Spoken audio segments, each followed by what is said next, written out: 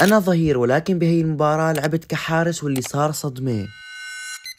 فقت وكنت كتير متحمس لهي المباراة، لأن بالمباراة الماضية خسرنا بسيناريو جدا سيء، فلهيك كان لازم نرجع نفوز بعد ما خسرنا 3-2. خصوصا انه بعد ما نخسر عم يصير كتير ضغط علي، كتير ناس بتصير تبعت لي وتستهزئ وتقلي انتقل على فريق آخر ومن هالكلام. مبدئيا توجهنا على الملعب تبعنا بالسيارة، والجو صراحة كان فخم. الطريق صراحة كان كتير حزمة. شو عن جد الطريق كان زحمة، فمنيح وصلنا بكير.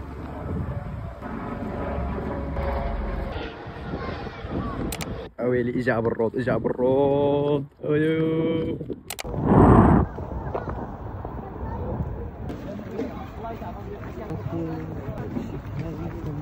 مبدئيا بدأت المباراة وفريقنا كان ضاغط بشدة. ما طول الضغط كتير لإجا رضوان وافتتح التسجيل بهدف صاروخ حرفيا.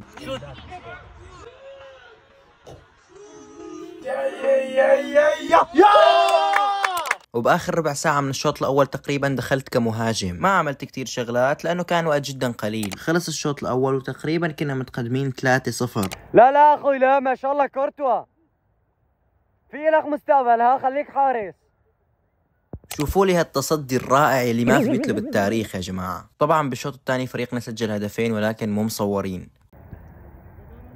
وهون أكلت أول جول، صراحة كان بضحك يعني. هون أكلت الجول الثاني، بس صراحة لو كورتوا ما بيشيله.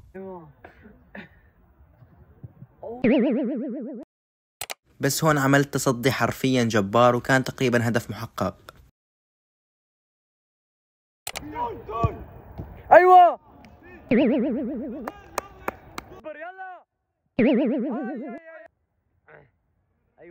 ايوه كيفر، الله اكبر. هاد كان فيديو اليوم، وسلام.